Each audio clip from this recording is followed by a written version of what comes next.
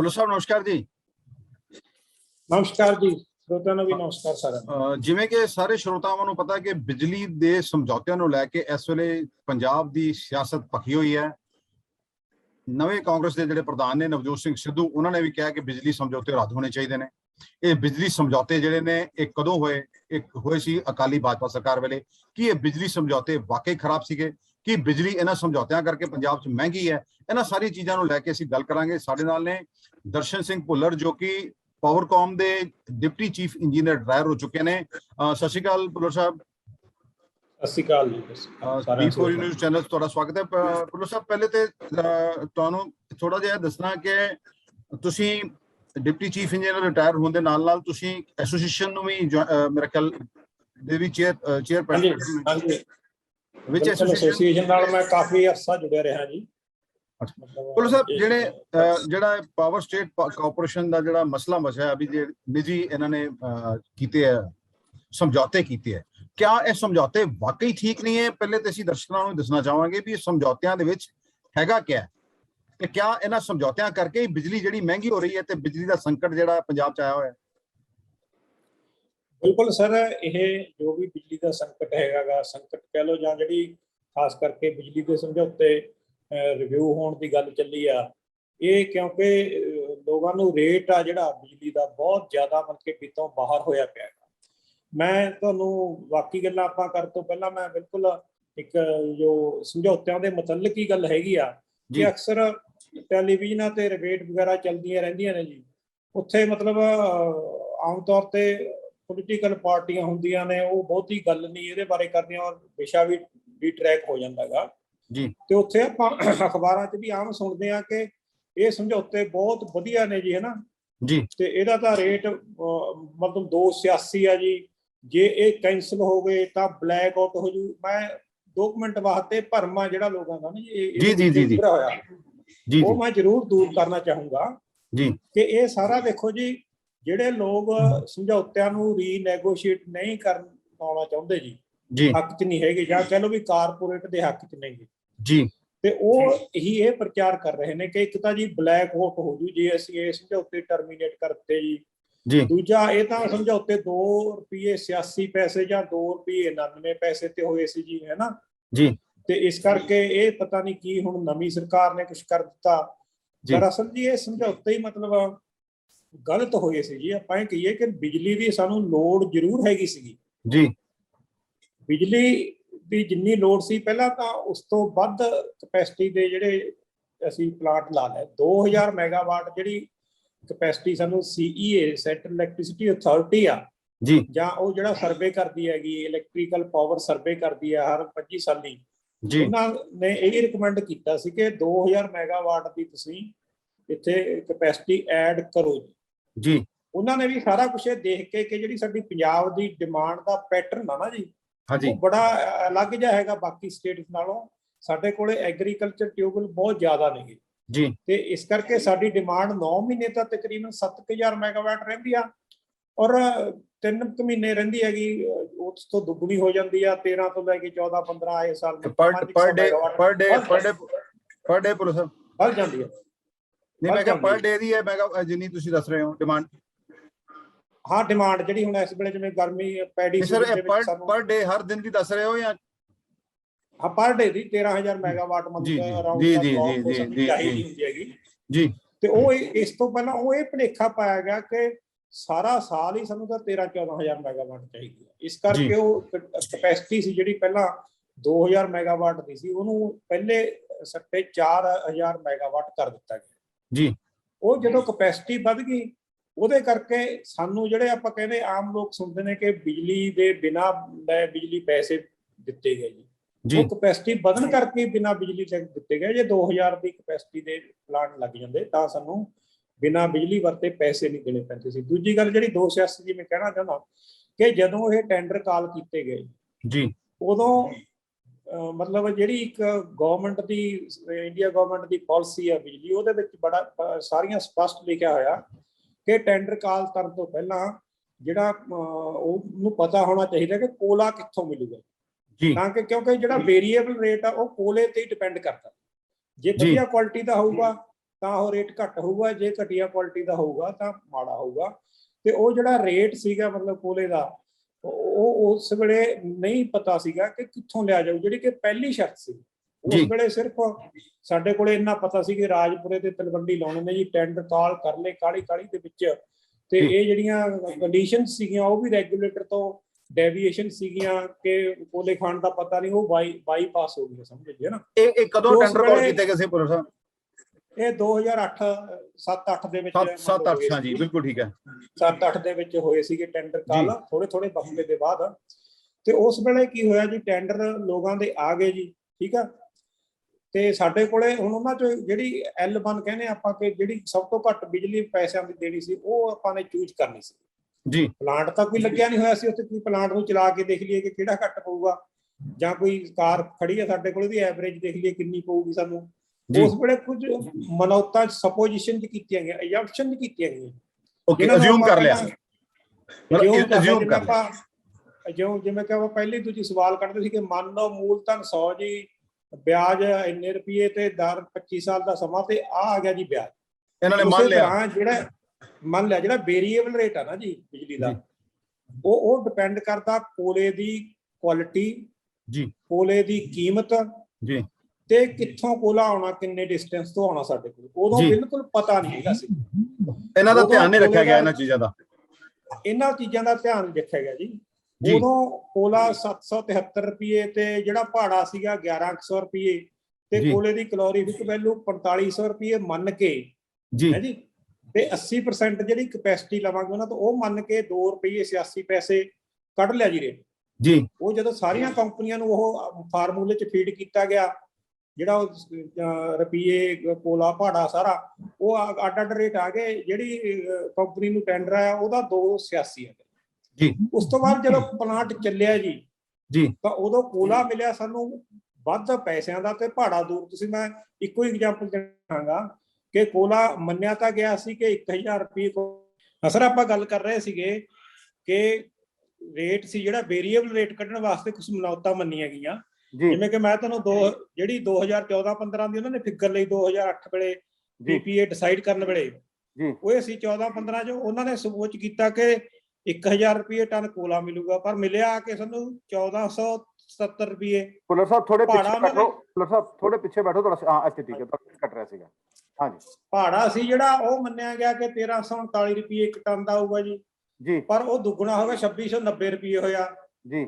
ਜਿਹੜੀ ਕਲੋਰੀਫਿਕ ਵੈਲਿਊ ਸੀ ਸੀ ਕੋਲੇ ਦਾ ਜੀ ਤਾਪ, ਉਹ 4500 ਮੰਨੀ ਗਈ ਸੀਗੀ ਜੀ, ਪਰ ਮਿਲਿਆ ਸਾਨੂੰ 3200 ਦਾ, ਕਿਉਂਕਿ ਸਾਨੂੰ ਉਸ ਵੇਲੇ ਕੋਲ ਦਾ ਸੋਰਸ ਪਤਾ ਹੀ ਨਹੀਂ ਸੀਗਾ। ਸੋ ਸਾਰੀਆਂ ਇਹ ਕੀਮਤਾਂ ਬਦਲ ਗਈਆਂ, ਤੇ ਇਸ ਕਰਕੇ ਸਾਡਾ ਜਿਹੜਾ ਵੇਰੀਏਬਲ ਰੇਟ ਸੀਗਾ ਹੈ ਜੀ, ਉਹ ਵੱਧ ਗਿਆ। ਦੋ ਤਰ੍ਹਾਂ ਦੇ ਰੇਟ ਹੁੰਦੇ। ਇਹ ਕਿਹਾ ਜਾਏ ਪ੍ਰੋਫੈਸਰ, ਕਿਹਾ ਜਾਏ ਵੀ ਇਹ ਸਮਝੌਤੇ ਜਲਦਬਾਜ਼ੀ 'ਚ ਕੀਤੇ ਗਏ ਸੀ ਉਦੋਂ? ਬਿਲਕੁਲ ਜਲਦਬਾਜ਼ੀ ਇੱਥੇ ਸਾਬਤ ਹੋ ਗਈ ਨਾ ਜੀ, ਕਿਉਂਕਿ ਕੋਲੇ ਦੀ ਖਾਣ ਤਾਂ ਪਤਾ ਨਹੀਂ ਸੀ ਕਿੱਥੋਂ ਹੋਊਗਾ ਕੋਲਾ। ਜੀ ਅੱਛਾ, ਐਗਰੀਮੈਂਟ ਹੋ ਗਏ। ਪੁਲਰ ਸਾਹਿਬ ਇੱਕ ਵਾਰੀ ਆਮ ਤੌਰ ਤੇ ਦੇਖਿਆ ਜਾਂਦਾ, ਜਦੋਂ ਵੀ ਸਰਕਾਰਾਂ ਕੋਈ ਇਸ ਤਰ੍ਹਾਂ ਦੇ ਫੈਸਲੇ ਲੈਂਦੀਆਂ, ਐਕਸਪਰਟ ਦੀ ਰਾਏ ਲੈਂਦੀਆਂ, ਕੀ ਤੁਹਾਨੂੰ ਲੱਗਦਾ ਕਿ ਜਦੋਂ ਇਹ ਵਾਲਾ ਸਮਝੌਤਾ ਹੋਇਆ ਕਿਸੇ ਐਕਸਪਰਟ ਦੀ ਰਾਏ ਲਏਗੀ ਜਾਂ ਨਹੀਂ ਲਏਗੀ? ਦੇਖੋ ਜੀ, ਮਤਲਬ ਇਹ ਤਾਂ ਹੁਣ ਆਪਾਂ ਅੱਗੇ ਵੀ ਗੱਲ ਕਰਾਂਗੇ ਕਿ ਇਹ ਤਾਂ ਜਿਹੜੇ ਜੇ ਕੋਈ ਵਾਈਟ ਪੇਪਰ ਲੈ ਕੇ ਆਉਂਦਾ ਉੱਥੇ ਪਤਾ ਲੱਗਦਾ ਜੀ, ਹੈ ਨਾ ਜੀ। ਜੇ ਆਪਾਂ ਇਹ ਕਹਿ ਦਈਏ ਕਿ ਐਕਸਪਰਟ ਦੀ ਰਾਏ ਲਈ ਗਈ ਜਾਂ ਨਾ ਲਈ ਗਈ, ਜਾਂ ਉਹ ਅੱਖੋਂ ਪਰੋਖੇ ਕਰ ਦਿੱਤੀ ਗਈ ਹੈ ਜੀ, ਉਹ ਤਾਂ ਹੁਣ ਰਿਕਾਰਡ ਜਦੋਂ ਆਊਗਾ ਕੁਛ ਫਿਰ ਆਪਾਂ ਯਕੀਨਨ ਤੌਰ ਤੇ ਕਹਿ ਸਕਦੇ ਹਾਂ। ਪਰ ਇਹ ਫੈਕਟ ਆ ਜਿਹੜਾ ਮੈਂ ਤੁਹਾਨੂੰ ਦੱਸ ਰਿਹਾ ਕਿ ਏਦਾਂ ਕਰਕੇ ਰੇਟ ਸਾਡੇ ਵੱਧ ਗਏ ਜੀ, ਠੀਕ ਹੈ ਜੀ। ਦੂਜੀ ਜ਼ਿਆਦਾ ਕਪੈਸਿਟੀ ਲਾਉਣ ਕਰਕੇ ਜਿਹੜੇ ਫਿਕਸ ਚਾਰਜ ਹੁੰਦੇ ਉਹ ਲੈਣੇ ਹੁੰਦੇ ਆ ਜੀ। ਇਹ ਭਰਮ ਹੈਗਾ ਕਿ ਜਿਹੜੇ ਜੀ ਪ੍ਰਾਈਵੇਟ ਥਰਮਲ ਨੇ ਉਹ ਫਿਕਸ ਚਾਰਜ ਖੜੇ ਪੈਸਿਆਂ ਦੇ ਲੈ ਲੈਂਦੇ, ਏਦਾਂ ਨਹੀਂ ਹੁੰਦਾ ਹੈਗਾ। ਉਹ ਚਾਹੇ ਸਰਕਾਰੀ ਪਲਾਂਟ ਆ ਜੀ ਚਾਹੇ ਦੂਸਰਾ, ਉਹਨਾਂ ਨੇ ਜਿਹੜਾ ਇੱਕ ਫਿਕਸ ਚਾਰਜ ਹੁੰਦਾ ਉਹ ਤਾਂ ਲੈਣੀ ਹੁੰਦਾ ਜੀ, ਹੈ ਨਾ। ਉਹ ਇੱਥੇ ਗਲਤੀ ਸਾਥੋਂ ਇਹ ਹੋ ਗਈ ਕਿ 2000 ਦੀ ਬਜਾਏ 4000 ਮੈਗਾਵਾਟ ਜ਼ਿਆਦਾ ਲੱਗਣ ਕਰਕੇ ਅਸੀਂ ਉਹਨਾਂ ਦੀ ਕਪੈਸਿਟੀ ਯੂਜ਼ ਨਹੀਂ ਕਰ ਸਕੇ, ਤੇ ਉਹਨਾਂ ਨੂੰ ਸਮਝੌਤਾ ਇਹ ਕਰ ਲਿਆ ਕਿ ਕਰਾਂਗੇ, ਮਤਲਬ ਡਬਲ ਦਾ ਕਰ ਲਿਆ ਵੀ ਸਾਨੂੰ ਜ਼ਰੂਰਤ ਘੱਟ ਸੀ, ਡਬਲ ਦਾ ਅਸੀਂ ਕਰ ਲਿਆ। ਤੇ ਉਹਦੇ ਬਿਲਕੁਲ ਸਾਡੀ ਜਿਹੜੀ ਉਹਨਾਂ ਤੋਂ ਮੰਗ ਕੀਤੀ ਗਈ ਸੀ ਕਿ ਅਸੀਂ 80% PLF ਲਵਾਂਗੇ ਜੀ, ਪਰ ਐਵਰੇਜ ਸਾਡਾ 72-70 ਇੱਥੇ ਹੀ ਰਿਹਾ ਜੀ। ਉੱਪਰਲੀ ਜਿਹੜੀ 10% ਉਹਦੇ ਕਰਕੇ ਸਾਨੂੰ ਲਗਭਗ ਹੁਣ ਤੱਕ 5700 ਕਰੋੜ ਰੁਪਇਆ ਬਿਨਾਂ ਬਿਜਲੀ ਲੈ ਦੇਣਾ ਪੈ ਗਿਆ। ਦੂਜੀ ਗੱਲ ਇੱਕ ਜਿਹੜੀ ਮੈਂ ਦੱਸਣਾ ਚਾਹੁੰਦਾ ਜੀ, ਪੁਲਰ ਸਾਹਿਬ ਮੈਂ ਮਾਫੀ ਚਾਹਾਂਗਾ, ਪਹਿਲੇ ਜੀ ਕਰੋੜ ਰੁਪਏ ਜਿਹੜਾ ਸਾਨੂੰ ਦੇਣਾ ਪੈ ਰਿਹਾ, ਉਹ ਕਿਸ ਤਰ੍ਹਾਂ ਸਾਨੂੰ ਪਰ ਮੰਥ ਦੇਣਾ ਪੈ ਰਿਹਾ ਹੈ, ਪਰ ਈਅਰ ਦੇਣਾ ਪੈ ਰਿਹਾ ਹੈ? ਨਹੀਂ, ਉਹ ਸਾਰੇ ਨਹੀਂ ਸਰ, ਉਹ ਸਾਰੇ ਜਦੋਂ ਦੇ ਲੱਗੇ ਆ 13-14 ਤੋਂ ਚੱਲਿਆ ਜੀ ਪਲਾਂਟ ਸਮਝੋ ਜੀ, ਕਿ ਉਦੋਂ ਤੋਂ ਲੈ ਕੇ ਸਮਝ ਲਓ ਸੀ ਐਂਡਿੰਗ ਮਾਰਚ 21 ਕਹਿ ਲਓ ਜੀ, ਹੈ ਨਾ ਜੀ, ਉਦੋਂ ਤੱਕ 5700 ਕਰੋੜ ਰੁਪਇਆ ਤਿੰਨਾਂ ਪਲਾਂਟਾਂ ਮਤਲਬ ਸਾਨੂੰ ਫਾਲਤੂ ਦੇਣਾ ਪੈ ਗਿਆ। ਫਾਲਤੂ ਦੇਣਾ ਪੈ ਗਿਆ ਕਿਉਂਕਿ ਆਪਾਂ ਉਹ ਬਿਜਲੀ ਲਈ ਨਹੀਂ ਉਹਨਾਂ ਤੋਂ, ਤੇ ਉਹ ਤਿਆਰ ਸੀ ਦੇਣ ਵਾਸਤੇ। ਜੇ ਅਸੀਂ ਇਹੋ ਜਿਹਾ ਸਮਝੌਤਾ ਕੀਤਾ ਹੁੰਦਾ ਕਿ 80% ਦੀ ਬਜਾਏ ਅਸੀਂ 60% ਲਵਾਂਗੇ, ਫਿਰ ਉਹ ਸਾਨੂੰ ਨਾ ਦੇਣੇ ਪੈਂਦੇ। ਦੂਜਾ ਇੱਕ ਭਰਮ ਇਹ ਫੈਲਾਇਆ ਜਾ ਰਿਹਾ ਜੀ ਕਿ ਉਦੋਂ ਜਿਹੜੇ ਪ੍ਰਾਈਵੇਟ ਥਰਮਲ ਤਾਂ ਲੈ ਕੇ ਆਉਂਦੇ ਕਿਉਂਕਿ ਗਵਰਨਮੈਂਟ ਕੋਲੇ ਪੈਸੇ ਨਹੀਂ ਹੈਗੇ ਸੀ, ਹੈ ਨਾ। ਇਹ ਬੜਾ ਜ਼ੋਰ ਸ਼ੋਰ ਨਾਲ ਕਿਹਾ ਜਾ ਰਿਹਾ ਕਿ ਅਸੀਂ ਕੀ ਕਰਦੇ ਜੀ, ਪੈਸੇ ਨਹੀਂ ਹੈਗੇ ਸੀ ਸਾਡੇ ਕੋਲੇ ਤਾਂ, ਹੈ ਜੀ। ਉਹ ਪੈਸਿਆਂ ਦੀ ਗੱਲ ਮੈਂ ਤੁਹਾਨੂੰ ਦੱਸ ਦਿੰਦਾ ਜੀ। ਫਰਜ਼ ਕਰੋ 4000 ਮੈਗਾਵਾਟ ਦੇ ਵੀ ਅਸੀਂ ਲਾਉਣੇ ਸੀ, ਹੈ ਨਾ। ਇੱਕ ਤਾਂ ਆਪਾਂ ਨੂੰ ਸਭ ਨੂੰ ਪਤਾ ਕਿ ਕੋਈ ਵੀ ਨਾ ਤਾਂ ਪ੍ਰਾਈਵੇਟ ਨਾ ਗਵਰਨਮੈਂਟ ਨਗਦ ਪੈਸੇ ਜੇਬ ਚੋਂ ਕੱਢ ਕੇ ਤਾਂ ਲਾਉਂਦੀ ਹੁੰਦੀ ਜੀ, ਠੀਕ ਹੈ ਜੀ। 4000 ਜੇ ਮੰਨ ਵੀ ਲਈਏ ਚਾਹੀਦੀ ਸੀ ਸਾਨੂੰ ਮੈਗਾਵਾਟ ਕਪੈਸਿਟੀ, ਤਾਂ ਐਵਰੇਜ ਰੇਟ ਪਰ ਮੈਗਾਵਾਟ ਦਾ ਤਕਰੀਬਨ 6 ਕਰੋੜ ਸੀਗਾ ਜੀ। ਉਹਦੇ ਨਾਲ ਸਾਨੂੰ ਲਗਭਗ 24,000 ਕਰੋੜ ਰੁਪਇਆ ਚਾਹੀਦਾ ਸੀ ਉਸ ਵੇਲੇ। ਅੱਛਾ ਜੀ, 24,000 ਕਰੋੜ ਰੁਪਇਆ ਇਹ ਪੂਰੀ ਲਾਗਤ ਦਾ ਸੀਗਾ, ਕਾਹਦਾ ਸੀ ਬੋਲੋ ਸਾਰੇ? ਲਾਗਤ ਦਾ ਜੀ, ਉੱਥੇ ਮਸ਼ੀਨਰੀ ਖੜੀ ਕਰਨ ਦਾ, ਠੀਕ ਹੈ। ਓਕੇ, ਹਾਂ, ਇਹ ਤਿੰਨਾਂ ਪਲਾਂਟਾਂ ਦਾ ਜੀ, ਤਿੰਨਾਂ ਪਲਾਂਟਾਂ ਦਾ ਮੈਂ ਮੰਨ ਕੇ ਚੱਲ ਰਿਹਾ। ਇਹ ਤਿੰਨੇ ਪਲਾਂਟ, ਮੈਂ ਜੇ ਗਲਤ ਨਹੀਂ ਹੈ ਤੇ ਇੱਕ ਤਲਵੰਡੀ ਸਾਬੋ ਪਾਵਰ ਪ੍ਰੋਜੈਕਟ ਹੈ, ਇੱਕ ਰਾਜਪੁਰਾ ਥਰਮਲ ਪਾਵਰ ਪ੍ਰੋਜੈਕਟ ਹੈ, ਇੱਕ ਗੋਇੰਦਵਾਲ ਸਾਹਿਬ ਪਾਵਰ ਪਲਾਂਟ ਹੈ, ਤਿੰਨ ਹੈ ਜੀ। ਆ ਤਿੰਨ ਆ ਜੀ, ਤਿੰਨ ਜਿਹੜੇ ਕੋਲੇ ਵਾਲੇ ਲੱਗੇ ਨੇ, ਇਹ ਤਿੰਨ ਨੇ ਜੀ। ਸੋ 24,000 ਕਰੋੜ ਰੁਪਇਆ ਬਣਦਾ ਸੀਗਾ। ਔਰ ਜਿਹੜੀ ਪਾਵਰ ਫਾਈਨਾਂਸ ਕਾਰਪੋਰੇਸ਼ਨ ਆਪਣੀ ਇੰਡੀਆ ਦੀ ਹੈ ਜੀ, ਉਹ ਬਿਲਕੁਲ ਤਿਆਰ ਹੋ ਗਈ ਸੀ ਕਿ 10% ਤੁਸੀਂ ਇਕੁਇਟੀ ਕਰ ਦਿਓ, ਜਾਨੀ ਨਗਦੀ ਰੱਖ ਦਿਓ, ਬਾਕੀ 90% ਉਹ ਲੋਨ ਦੇ ਦੇਣਾ ਸੀ ਜੀ। ਸੋ 10% 24,000 ਦਾ 2400 ਕਰੋੜ ਰੁਪਇਆ ਬਣਿਆ ਜੀ। 2008 ਦੇ ਵਿੱਚ ਚੱਲੀ ਸੀ ਇਹ ਗੱਲ ਜੀ। 14 ਦੇ ਵਿੱਚ ਆ ਕੇ ਇਹ ਕਮਿਸ਼ਨ ਹੋਏ ਨੇ। 8 ਤੇ 6 14 6 ਸਾਲਾਂ ਚ, ਮਤਲਬ ਉਹ 2400 ਕਰੋੜ ਰੁਪਇਆ 6 ਸਾਲਾਂ ਚ ਲਾਉਣਾ ਸੀ, ਇੱਕਦਮ ਨਹੀਂ ਲਾਉਣਾ ਸੀ। ਓਕੇ, 6 ਨੂੰ ਫਿਰ ਉਹਨੂੰ ਅੱਗੇ 2400 ਕਰੋੜ ਨੂੰ 6 ਤੇ ਵੰਡ ਦੋ ਤੇ ਰਹਿ ਗਿਆ ਜੀ 400 ਕਰੋੜ ਪਰ ਈਅਰ ਅਪਰੋਕਸੀਮੇਟਲੀ, ਮਤਲਬ ਜੀ 6 ਮਹੀਨਿਆਂ ਚ ਸਮਝੋ 200 ਕਰੋੜ ਰੁਪਇਆ ਕੋਈ ਵੱਡੀ ਨਹੀਂ ਗੱਲ ਹੁੰਦੀ ਸਰਕਾਰ ਵਾਸਤੇ। ਇਸ ਕਰਕੇ ਪੈਸੇ ਦੀ ਵੀ ਕੋਈ ਸਮੱਸਿਆ ਨਹੀਂ ਸੀ। ਉਦੋਂ ਪਾਲਿਸੀ ਇਹ ਸੀ ਕਿ ਛੱਡੋ ਖੜਾ ਜੀ, ਪ੍ਰਾਈਵੇਟ ਨੂੰ ਦਿਓ। ਇਹ ਗੱਲ ਇੱਕ ਮੈਂ ਕਹਿਣੀ ਚਾਹੁੰਦਾ। ਦੂਜੀ ਇੱਕ ਭਰਮ ਫੈਲਾਇਆ ਜਾ ਰਿਹਾ ਕਿ ਬਲੈਕ ਆਊਟ ਹੋ ਜਾਊਗਾ ਜੀ ਇਹਨਾਂ ਨਾਲ ਸਮਝੌਤੇ ਟੁੱਟ ਕੇ ਜਾਏ, ਹੈ ਨਾ। ਉਹ ਅਸੀਂ ਬਿਲਕੁਲ ਸਰ ਇਸ ਪੈਡੀ ਸੀਜ਼ਨ ਦੇ ਵਿੱਚ ਦੇਖ ਚੁੱਕੇ ਹਾਂ ਜੀ। ਇਸ ਪੈਡੀ ਸੀਜ਼ਨ ਚ ਦੇਖੋ ਸਾਡੀ ਜਿਹੜੀ ਬਾਹਰੋਂ ਲਿਆਉਣ ਦੀ ਕਪੈਸਿਟੀ ਹੈ ਨਾ ਜੀ ਬਿਜਲੀ, ਉਹ ਹੈਗੀ ਸੀ ਸਾਡੀ 6800 ਮੈਗਾਵਾਟ ਜੀ ਪਰ ਡੇ ਟਰਾਂਸਪੋਰਟ ਪਰ ਡੇ। ਉਹਨੂੰ ਪਰ ਆਵਰ ਉਹ ਤਾਂ 6800 ਲਗਾਤਾਰ ਚੱਲੀ ਜਾਂਦੀ ਹੈ ਜੀ। ਉਹ 6800 ਮੈਗਾਵਾਟ ਦੀ ਗੱਲ ਜੀ ਹੈ ਜੀ। ਤੇ ਉਹ ਤਲਵੰਡੀ ਸਾਬੋ ਤੁਹਾਨੂੰ ਪਤਾ ਇੱਕ ਬੰਦ ਸੀ, ਹੈ ਨਾ ਜੀ, ਬੰਦ ਹੋ ਗਿਆ ਜੀ। ਤੇ ਫਿਰ ਦੂਸਰਾ ਹੀ ਬੰਦ ਹੋ ਗਿਆ ਜੀ। ਉਹ ਬੰਦ ਹੋਣ ਨਾਲ ਸਾਡੀ ਜਿਹੜੀ ਕਪੈਸਿਟੀ ਸੀ 7200 ਮੈਗਾਵਾਟ ਬਾਹਰੋਂ ਆਉਣ ਦੀ ਬਣ ਗਈ। ਜਿਉਂ-ਜਿਉਂ ਇਧਰੋਂ ਪਲਾਂਟ ਬੰਦ ਹੋਈ ਜਾਂਦੇ ਨੇ, ਇੱਕ ਮੋਟੀ ਭਾਸ਼ਾ ਚ ਆਮ ਆਦਮੀ ਵਾਸਤੇ ਸਮਝਾਇਆ ਜਾ ਸਕਦਾ ਕਿ ਇੱਕ ਖਾਲ ਪਾਣੀ ਦਾ ਭਰ ਕੇ ਚੱਲ ਰਿਹਾ, ਜੇ ਤਾਂ ਉਧਰੋਂ ਜ਼ਿਆਦਾ ਪਾਣੀ ਪਾ ਦੇ ਉਛਲ ਜੂਗਾ, ਜੇ ਮੂਹਰੋਂ ਖਾਲੀ ਹੋ ਗਿਆ ਹੋਰ ਜ਼ਿਆਦਾ ਪਾਣੀ ਪਾ ਦਾਂਗੇ ਚੱਲ ਪੂਗਾ ਫਿਰ ਭਰ ਜੀ। ਮਤਲਬ ਸਪਲਾਈ ਘਟ ਗਈ, ਡਿਮਾਂਡ ਵੱਧ ਗਈ। ਤੇ ਸੋ ਇਹ ਹੋਇਆ ਕਿ ਜਦੋਂ ਪਲਾਂਟ ਬੰਦ ਹੋ ਗਿਆ ਤਲਵੰਡੀ ਵਾਲਾ, ਸਾਡੀ 7200 ਮੈਗਾਵਾਟ ਹੋ ਗਈ। ਤੇ ਜਦੋਂ ਤੀਜਾ ਬੰਦ ਹੋ ਗਿਆ ਫਿਰ ਸਾਡੀ 8000 ਹੋ ਗਈ ਜੀ। ਮਤਲਬ 8000 ਤਾਂ ਡਿਮਾਂਡ ਵੱਧ ਗਈ 8000 ਬਾਹਰੋਂ ਜੀ। ਬਿਲਕੁਲ ਡਿਮਾਂਡ ਨਹੀਂ ਸਰ, ਇੱਕ ਮਿੰਟ, ਕਿ ਸਾਡੀ ਜਿਹੜੀ ਬਾਹਰੋਂ ਟਰਾਂਸਪੋਰਟ ਕਰਨ ਦੀ ਬਿਜਲੀ ਦੀ ਸਮਰੱਥਾ ਹੈਗੀ ਆ, ਉਹ ਹੈਗੀ ਹੈ ਜੀ 6800 ਮੈਗਾਵਾਟ। ਰਾਈਟ ਹੈ ਜੀ, ਰਾਈਟ 6800 ਮੈਗਾਵਾਟ। ਔਰ ਜਦੋਂ ਤਲਵੰਡੀ ਵਾਲਾ ਪਲਾਂਟ ਬੰਦ ਹੋਇਆ ਜੀ, 2 ਯੂਨਿਟ ਉਹਦੇ ਬੰਦ ਹੋ ਗਏ ਹੈ ਜੀ। ਇੱਕ ਤਾਂ ਪਹਿਲਾਂ ਤੋਂ ਹੀ ਮਾਰਚ ਤੋਂ ਹੀ ਚੱਲਿਆ ਹੁੰਦਾ ਸੀ, ਬੰਦ ਹੋ ਗਿਆ। ਇੱਕ ਫਿਰ ਆ ਕੇ ਫਿਰ 7200 ਹੋ ਗਈ, ਠੀਕ ਹੈ। ਉਹਦੇ ਬੰਦ ਹੋਣ ਨਾਲ ਸਾਡੀ ਜਿਹੜੀ ਕਪੈਸਿਟੀ ਵੱਧ ਜਾਂਦੀ ਹੈ, ਜਿਉਂ-ਜਿਉਂ ਇੱਧਰੋਂ ਬੰਦ ਹੋਈ ਜਿਹੜਾ ਬਾਹਰਲੇ ਸੂਬਿਆਂ ਤੋਂ ਬਿਜਲੀ ਲਿਆਉਣ ਦੀ ਸਮਰੱਥਾ ਵੱਧ ਜਾਂਦੀ, ਵੱਧ ਗਈ। ਰਾਈਟ, ਉਹ ਸਾਡੀ 7000 ਹੋ ਗਈ ਜੀ। ਫਿਰ 3 ਯੂਨਿਟ ਬੰਦ ਹੋ ਗਏ ਜੀ। ਉਹ ਸਾਡੀ 8000 ਹੋ ਗਈ। ਕਿ 8000 ਤੁਸੀਂ ਪ੍ਰੈਕਟੀਕਲੀ ਦੇਖ ਲਿਆ ਕਿ ਪੈਡੀ ਸੀਜ਼ਨ ਚ 8000 ਬਾਹਰੋਂ ਤੇ ਬਾਕੀ ਸਾਡੇ ਪਲਾਂਟ ਜੀ। ਓਕੇ, ਮਤਲਬ ਕਹਿਣ ਦਾ ਕੋਈ ਬਲੈਕ ਆਊਟ ਨਹੀਂ ਹੋਊਗਾ ਜੀ। ਸੋ ਇਹ 286 ਵਾਲਾ ਬਲੈਕ ਆਊਟ ਵਾਲਾ ਸਰਕਾਰ ਕੋਲ ਪੈਸੇ ਨਹੀਂ ਸੀ ਜੀ, ਇਹ ਕੋਈ ਗੱਲਾਂ ਬਹੁਤੀਆਂ ਮਾਨਾ ਨਹੀਂ ਰੱਖਦੇ ਅਸੀਂ ਪ੍ਰਾਈਵੇਟ ਸੈਕਟਰ ਚ। ਚਲੋ ਜੇ ਪਲਾਂਟ ਲਾਉਣੇ ਸੀਗੇ ਤੇ ਤਾਂ ਸਮਝੌਤੇ ਆਪਾਂ ਡਿਸਕਸ ਕਰ ਲੈਣੇ ਕਿ ਉਹਨਾਂ ਚ ਨੁਕਸ ਸੀ। ਪੁਲਰ ਸਾਹਿਬ ਇੱਕ ਸਵਾਲ ਹੈ ਜੀ, ਉਦੋਂ ਸੁਖਬੀਰ ਬਾਦਲ ਬੜਾ ਇਹ ਆਮ ਤੌਰ ਤੇ ਪ੍ਰੈਸ ਕਾਨਫਰੰਸ ਹੁੰਦੀ ਸੀ, ਇਹ ਕਹਿੰਦੇ ਸੀਗੇ ਕਿ ਪੰਜਾਬ ਕੋ ਬੜੀ ਸਰਪਲਸ ਬਿਜਲੀ ਹੋ ਗਈ, ਅਸੀਂ ਦੂਸਰੇ ਸੂਬਿਆਂ ਨੂੰ ਵੇਚ ਸਕਦੇ ਹਾਂ।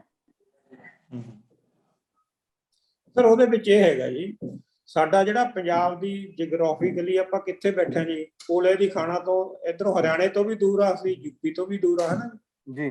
ਵੀ ਜਿਹੜਾ ਇਹ ਬਿਜਲੀ ਪ੍ਰੋਡਕਸ਼ਨ ਦੇ ਵਿੱਚ ਨਾ ਜੀ ਮੇਜਰ ਰੋਲ ਹੁੰਦਾ ਕੋਲੇ ਦਾ ਜੀ। ਕੋਲੇ ਦੀ ਕੀਮਤ ਤੇ ਭਾੜਾ ਜਿਹੜਾ ਤਕਰੀਬਨ ਅੱਜ ਕੱਲ 4000 ਇੱਕ ਟਨ ਦਾ ਲੱਗਦਾ ਜੀ, ਰੇਲ ਦਾ ਭਾੜਾ ਜੀ ਕੋਲੇ ਦਾ, ਤੇ ਕੀਮਤ ਉਹਦੀ 1000 ਰੁਪਇਆ 1200 ਆ ਜੀ। ਮਤਲਬ ਕੋਲੇ ਦੀ ਕੀਮਤ ਨਾਲੋਂ ਭਾੜਾ ਜ਼ਿਆਦਾ ਹੈਗਾ। ਜਿਹੜੇ ਸਾਥੋਂ ਪਿੱਛੇ ਪਲਾਂਟ ਲੱਗੇ ਨੇ ਉਹਨਾਂ ਦਾ ਭਾੜਾ ਘੱਟ ਆ ਜੀ। ਜੀ ਇਸ ਕਰਕੇ ਉਹ ਸਾਡੇ ਨਾਲੋਂ ਸਸਤੀ ਬਿਜਲੀ ਪੈਦਾ ਕਰਦੇ ਨੇ, ਕਿ ਸਾਥੋਂ ਮਹਿੰਗੀ ਬਿਜਲੀ ਬਾਹਰਲੇ ਸੂਬੇ ਨੇ ਕੀ ਲੈਣੀ ਹੈ ਕਿਸੇ ਨੇ। ਜੀ ਜੀ ਜੀ ਹੋ ਹੀ ਨਹੀਂ ਸਕਦਾ, ਪੋਸੀਬਲ ਹੀ ਨਹੀਂ ਹੈਗਾ। ਉਹ ਹਾਂ ਕਿ ਬਾਹਰ ਕੋਈ ਬਲੈਕ ਆਊਟ ਹੋ ਗਿਆ, ਕਈ ਵਾਰੀ ਦੇਖੋ ਪਿਛਲੀ ਵਾਰੀ ਇਹ ਵੀ ਹੋਇਆ ਸੀ ਕਿ ਚੋਣਾਂ ਹੋ ਗਈਆਂ ਸੀ, ਚੋਣਾਂ ਦੇ ਵਿੱਚ ਸਰਕਾਰਾਂ ਕੀ ਕਰਦੀਆਂ ਨੇ ਕਿ ਲੋਕਾਂ ਨੂੰ ਖੁੱਲੀ ਬਿਜਲੀ ਦਿਓ ਜੀ, ਉਦੋਂ ਫਿਰ ਆਪਣੇ ਸੂਬੇ ਨੇ ਐਵੇਂ ਕੀ ਇਹ ਵੇਚੀ ਵੀ ਬਿਜਲੀ, ਇਹੀ ਜੀ ਗੱਲ ਨਹੀਂ। ਪਰ ਫਿਰ ਵੀ ਆਪਾਂ ਐ ਰੂਟੀਨ 'ਚ ਇਹ ਨਹੀਂ ਕਹਿ ਸਕਦੇ ਕਿ ਬਿਜਲੀ ਵਿਕੂਗੀ, ਕਿਉਂਕਿ ਅੱਜ ਕੱਲ ਜਿਹੜੀ ਮਾਰਕੀਟ ਹੈ ਨਾ ਬਿਜਲੀ ਦੀ ਜੀ, ਉਹਦੇ ਵਿੱਚ 1 ਰੁਪਇਆ 90 ਪੈਸੇ ਤੋਂ ਲੈ ਕੇ 10 ਰੁਪਏ ਤੱਕ ਬਿਜਲੀ ਮਿਲਦੀ ਹੈਗੀ। 15-15 ਮਿੰਟਾਂ ਬਾਅਦ ਰੇਟ ਚੇਂਜ ਹੁੰਦੇ ਨੇਗੇ। ਐਵਰੇਜ ਜਿਹੜੀ ਸਾਨੂੰ ਬਿਜਲੀ ਤਕਰੀਬਨ ਮਿਲਦੀ ਹੈ ਨਾ ਜੀ 3-3.25 ਰੁਪਏ ਮਾਰਕੀਟ 'ਚੋਂ ਮਿਲ ਰਹੀ ਆ। ਸਾਡੇ ਪਲਾਂਟ ਪਿਟ ਹੈਡ ਕੋਲੇ ਦੀ ਖਾਣ ਤੋਂ ਦੂਰ ਹੋਣ ਕਰਕੇ ਉਨੀ ਸਸਤੀ ਬਿਜਲੀ ਪੈਦਾ ਕਰਕੇ ਵਾਪਸ ਨਹੀਂ ਮੋੜ ਸਕਦੇ। ਇਸ ਕਰਕੇ ਉਹ ਸੰਭਾਵਨਾ ਇੰਨੀ ਨਹੀਂ ਹੈਗੀ ਹੈ ਜੀ। ਜੀ ਜੀ ਜੀ। ਤੇ ਦੇਖੋ ਤੁਸੀਂ ਬੜੇ ਵਿਸਤਾਰ ਨਾਲ ਦੱਸਿਆ, ਤੇ ਪ੍ਰੋ ਸਾਹਿਬ ਜਿਹੜਾ ਇਸ ਵੇਲੇ ਸਟੇਟਸ ਚੱਲ ਰਿਹਾ, PM ਸਾਹਿਬ ਨੇ ਕਿਹਾ ਇਹਨਾਂ ਦਾ ਰਿਵਿਊ ਕੀਤਾ ਜਾਵੇ ਇਹਨਾਂ ਸਾਰੇ ਸਮਝੌਤਿਆਂ ਦਾ। ਕਿ ਦੇਖੋ 4.5 ਸਾਲ ਹੋ ਗਏ, ਉਦੋਂ ਤਾਂ ਅਸੀਂ ਰਿਵਿਊ ਕੀਤਾ ਨਹੀਂ। ਇਹ ਮੇਰਾ ਪਹਿਲਾ ਸਵਾਲ ਹੈ। ਦੂਸਰਾ ਸਵਾਲ ਹੈ, ਕਿਆ ਸਮਝੌਤਿਆਂ ਦੇ ਵਿੱਚ ਐਸੀ ਕੋਈ ਕਲੌਜ਼ ਹੈਗੀ ਹੈ ਜੇ ਤੁਸੀਂ ਪੜ੍ਹੇ ਹੋਣ ਵੀ ਇਹਨਾਂ ਸਮਝੌਤਿਆਂ ਨੂੰ ਰੱਦ ਕੀਤਾ ਜਾ ਸਕਦਾ? ਕਿਉਂਕਿ ਇਹ ਵੀ ਭਰਮ ਫੈਲਾਇਆ ਜਾ ਰਿਹਾ ਹੈ ਵੀ ਸਮਝੌਤੇ ਰੱਦ ਨਹੀਂ ਹੋ ਸਕਦੇ। ਸਰ ਇਹਦੇ ਵਿੱਚ ਦੇਖੋ ਬੜੀ ਇਹ ਲੀਗਲ ਕਹਿ ਲਓ ਨਾ, ਲੀਗਲ ਗੱਲ ਹੈਗੀ ਹੈ ਨਾ ਵੀ ਸਮਝੌਤੇ ਰੱਦ ਕੀਤੇ ਜਾ ਸਕਦੇ ਆ ਜਾਂ ਨਹੀਂ ਜਾ ਸਕਦੇ, ਹੈ ਨਾ ਜੀ। ਸਭ ਤੋਂ ਜਿਹੜਾ ਫੰਡਾ ਹੈਗਾ ਜੀ, ਇੱਕ ਤਾਂ ਕਿ ਲੋਕਾਂ ਦੇ ਹਿੱਤ ਲਈ ਕੁਝ ਵੀ ਕੀਤਾ ਜਾ ਸਕਦਾ, ਠੀਕ ਹੈ ਨਾ ਜੀ। ਦੂਜੀ ਆਪਾਂ ਜਿੱਥੋਂ ਤੱਕ ਉਹਨਾਂ ਦੇ ਵਿੱਚ ਕੀ ਲਿਖਿਆ ਹੈਗਾ ਜੀ ਸਮਝੌਤਿਆਂ ਦੇ ਵਿੱਚ, ਉਹ ਆਪਾਂ ਗੱਲ ਕਰ ਲੈਂਦੇ ਹਾਂ। ਦੇਖੋ ਸਮਝੌਤੇ ਪਹਿਲਾਂ ਤਾਂ ਅੱਜ ਤੁਸੀਂ ਅਖਬਾਰ ਪੜ੍ਹਿਆ ਹੋਣਾ ਜਾਂ ਕੱਲ ਵੀ, ਆਪਣੇ ਜਿਹੜੇ ਐਡਵੋਕੇਟ ਜਨਰਲ ਸਾਹਿਬ ਨੇ ਉਹਨਾਂ ਨੇ ਵੀ ਬੜਾ ਸਪਸ਼ਟ ਲਿਖਿਆ, ਅਖਬਾਰਾਂ 'ਚ ਆ ਗਿਆ ਉਹਨਾਂ ਦਾ ਜੋ ਵੀ ਹੈਗਾ ਸੀਗਾ ਕਿ ਇਹ ਸਮਝੌਤੇ ਇੱਕ ਪਾਸਡ ਹੋਏ, ਲੌਪ ਸਾਈਡਡ ਹੋਏ ਨੇ, ਕਾਰਪੋਰੇਟ ਪੱਖੀ ਨੇ। ਓਕੇ, ਮਤਲਬ ਇੰਨੇ ਕਾਰਪੋਰੇਟ ਜੀ ਉਹਨਾਂ ਦਾ ਧਿਆਨ ਰੱਖਿਆ ਗਿਆ, ਲੋਕਾਂ ਦਾ ਧਿਆਨ ਨਹੀਂ ਰੱਖਿਆ ਪਹਿਲੀ ਸਰਕਾਰ ਨੇ। ਬਿਲਕੁਲ ਜੀ। ਉਹ ਮਤਲਬ ਜੋ ਵੀ ਕਹੀ ਗਿਆ ਇਹ ਲਿਖੀ ਗਿਆ, ਜੋ ਵੀ ਕਹੀ ਗਿਆ ਲਿਖੀ ਗਿਆ। ਮਤਲਬ ਇੱਥੋਂ ਤੱਕ ਲਿਖਿਆ ਗਿਆ ਕਿ ਜੇ ਅਸੀਂ ਬਿਜਲੀ ਨਹੀਂ ਦੇਵਾਂਗੇ ਤਾਂ ਵੀ ਪੈਸੇ ਦੇ ਦਿਓ। ਮਤਲਬ ਇਹ ਤਾਂ ਜਾਤੀ ਵਾਲੀ ਗੱਲ ਨਹੀਂ। ਤੇ ਇਸ ਕਰਕੇ ਇਹ ਸਮਝੌਤੇ ਇੱਕ ਪਾਸੇ ਹੋ ਗਏ, ਠੀਕ ਹੈ ਨਾ ਜੀ। ਜੀ। ਦੂਸਰਾ ਮਤਲਬ ਉਹਨਾਂ ਨੇ ਅਖਬਾਰ 'ਚ ਇਹ ਵੀ ਦੇਖਿਆ ਹੋਣਾ ਕਿ ਇਹਦੇ ਵਿੱਚ ਐਰਰਸ ਹੈਗੀਆਂ ਨੇ ਸਮਝੌਤਿਆਂ ਦੇ ਵਿੱਚ, ਠੀਕ ਆ।